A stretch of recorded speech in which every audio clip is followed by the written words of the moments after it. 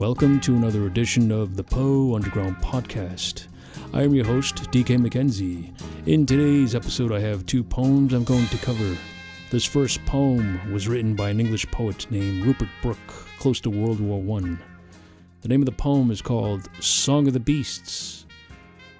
I just discovered this poem the other day. I'm not really sure if I ever read anything by this poet, but it's a good one. I really love it, and I'm glad that I was able to make some music.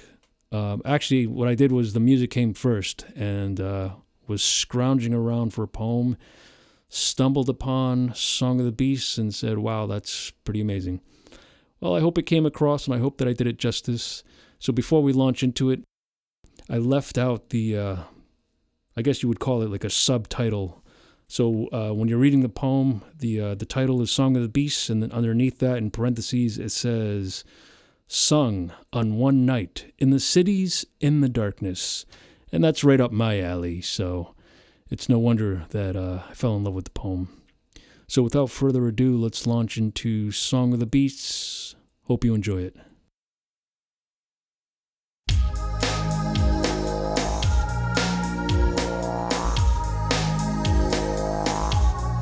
Come away, you are stronger and dull through the common day, but now it is night, it is shameful night, and God is asleep. Have you not felt the quick fires that creep through the hungry flesh, and the lust of delight, and hot secrets of dreams that day cannot say? The house is dumb, the night calls out to you, come down the dim stairs through the creaking door, naked, crawling on hands and feet. It is meat. You are men no longer, but less and more, beast and God.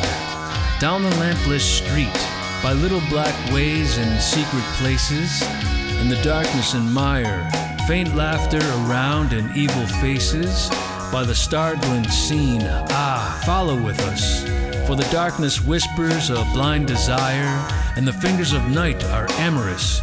Keep close as we speed, though mad whispers woo you, and hot hands cling, and the touch and the smell of bare flesh sting, soft flank by your flank, and side brushing side.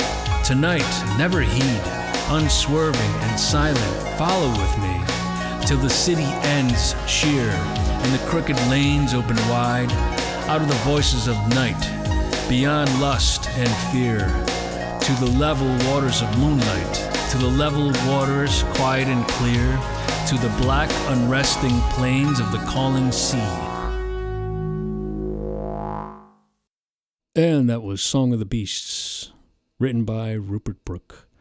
This second poem is called the M.I.O Suite. It's on the album Neptune Dreams of Venus.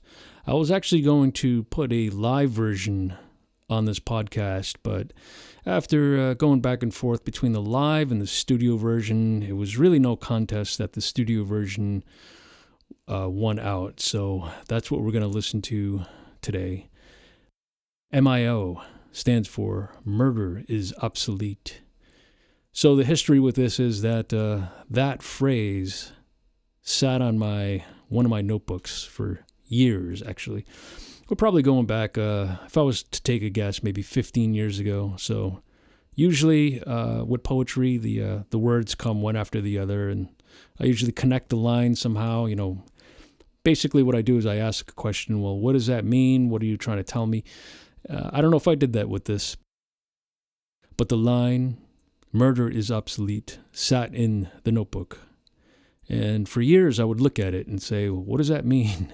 I mean, I had an idea, but I wasn't sure what I was going to do with it. I wanted to do something with it. I didn't know if it was going to be a book title or exactly what. I'm not going to bore you with all the details, but I just want to read you the poem before we launch into the song, and I'll tell you a little bit more about it after that. So here goes the poem. Murder is obsolete, yet I followed her through the crowd. Now I'm dead on my feet. There were ravens circling around, the murderer in the street, passing by. She looks innocent and sweet. Now she stops to buy weapons, and if she has her way, she'll radiate great nations. When diplomacy fails, black rain falls from the heavens again. So you can see the poem took a little U-turn there. Even when I was writing it, I wasn't sure where it was going, and I was very happy the way it came out.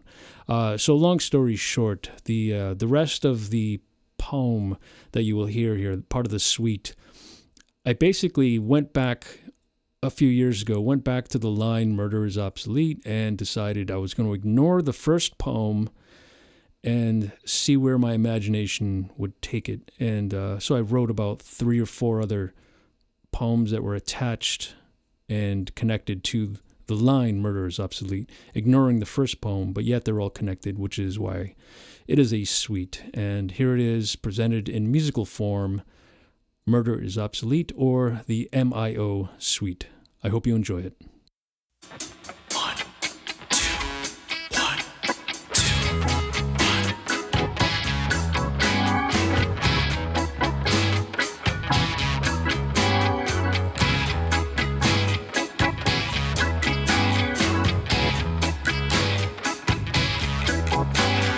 Murder is obsolete, yet I followed her through the crowd. Now I'm dead on my feet. They were ravens circling around.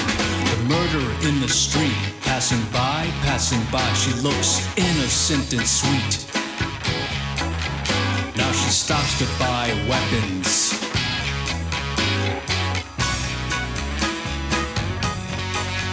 If she has her way, she'll radiate great nations.